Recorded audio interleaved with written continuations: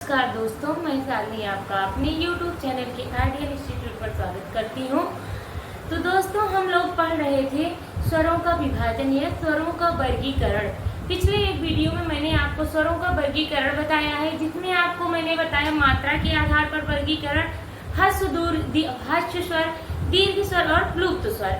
तो अब नंबर दूसरा विभाजन इसमें हम पढ़ते हैं बच्चों, जीभ के प्रयोग के आधार पर स्वरों का वर्गीकरण।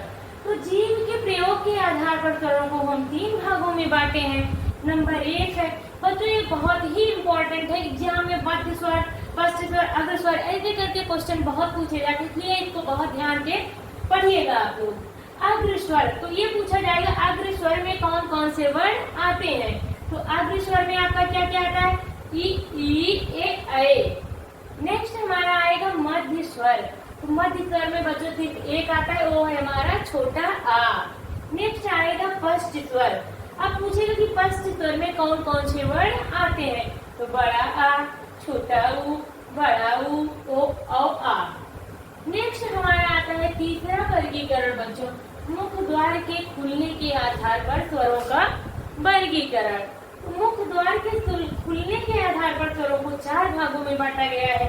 नंबर एक है हमारा विपरीत, नंबर दो है हमारा अर्ध विपरीत, नंबर थर्ड है हमारा अर्ध समृद्ध, नंबर फोर्थ है हमारा समृद्ध। तो हम ये कह सकते हैं कि स्वरों के उच्चारण स्थान, मान लीजिए हम विपरीत पढ़ रहे हैं तो इसकी डिफिनेशन होगी, स्वरों के उच्चारण करते समय जब मुख का केवल पूरा भाग खुलता है, स्वरों के उच्चारण करते समय जब मुख का पूरा भाग जिसमें खुलता है उसे हम विपरीत स्वर कहते हैं। जैसे आ, जब हम आ बोलेंगे तो हमारा मुंह पूरा खुलेगा। इसमें डिफिनेशन नहीं पूछता है, ज्यादातर पूछ लेता है विपरीत में कौन से स्वर आते हैं।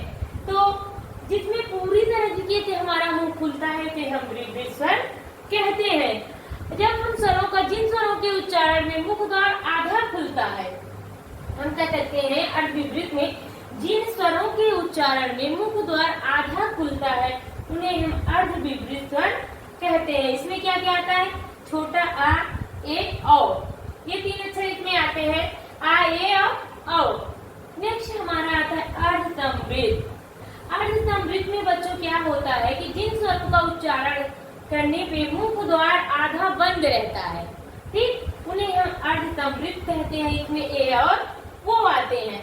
नेक्स्ट नंबर 4 पे हमारा आता है समृद्ध। समृद्ध में बच्चों हमारा आता है कि जब स्वरों का उच्चारण करने में लगभग हमारा मुंह बंद रहता है, स्वरों के उच्चारण करने में, जिन स्वरों के उच्चारण करने में मुंह का लगभग भाग बंद रहता है उन्हें हम समृद्ध कहते हैं। इसमें आता है ई और उ। नंबर चौथा विभाजन जो हमारा है स्वरों का, होठों की स्थिति के आधार पर स्वरों का वर्गीकरण। तो इसमें नंबर 1 हमारा आता है बच्चों अवृत्तमुखी। इसकी डिफिनेशन है, जिन स्वरों के उच्चारण में होठ वृत्तमुखी या गोलाकार नहीं होते। अवृत्तमुखी मतलब, वृत्त मतलब गोला, अवृत्त मतलब गोलाकार नहीं होते हैं। जिन स्वरों के उच्चारण में होठ गोलाकार नहीं होते हैं या वृत्तमुखी नहीं होते हैं उन्हें हम अवृत्तमुखी स्वर कहते हैं। इसमें आते हैं बच्चों आ, ई, ए। तो इसको पढ़ने में आ, ई, ए हमारा मुंह गोल नहीं हो रहा है, इसमें अवृत्तमुखी है और हमारा मुंह वृत्त में नहीं हो रहा है। तो जिन स्वरों के उच्चारण में हमारा मुंह, ओठ और मुख जो है वृत्तमुखी नहीं होता है, गोलाकार नहीं होता, उन्हें हम अवृत्तमुखी स्वर कहते हैं। नेक्स्ट आता है हमारा वृत्तमुखी स्वर।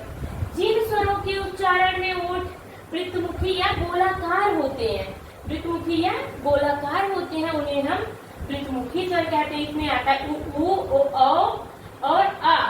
ऊ जब पढ़ेंगे तो आपका मुंह गोल हो जाएगा, ओ तो मुंह आपका गोल हो रहा है। नंबर 5वां विभाजन है हवा के नाक व मुंह से निकलने के आधार पर स्वरों का वर्गीकरण। इसमें एक आता है अनुनासिक स्वर और दूसरा आता है निरानुनासिक या मौखिक स्वर।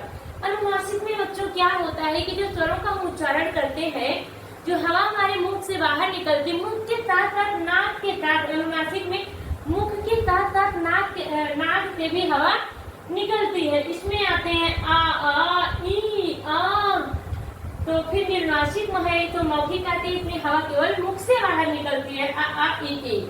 नेक्स्ट हमारा है बच्चों, इसमें कहीं कहीं बच्चों 5 दिया है, किसी किसी किताबों में इसका विभाजन 6 दिया है, कहीं कहीं 7 भी दिया है। तो मेन हमने आपको 5 पढ़ा है, एक छठवां हमारा है घोष के आधार पर स्वरों का वर्गीकरण। तो हम इसको लिखवा नहीं रहे, बस ओरली आपको बता रहे हैं कि घोष के आधार पर बच्चों हम कह सकते हैं जितने भी आपके स्वर होते हैं सभी सघोष के अंतर्गत आते हैं। इसको आप ध्यान रखिएगा कि सारे स्वर हमारे सघोष होते हैं।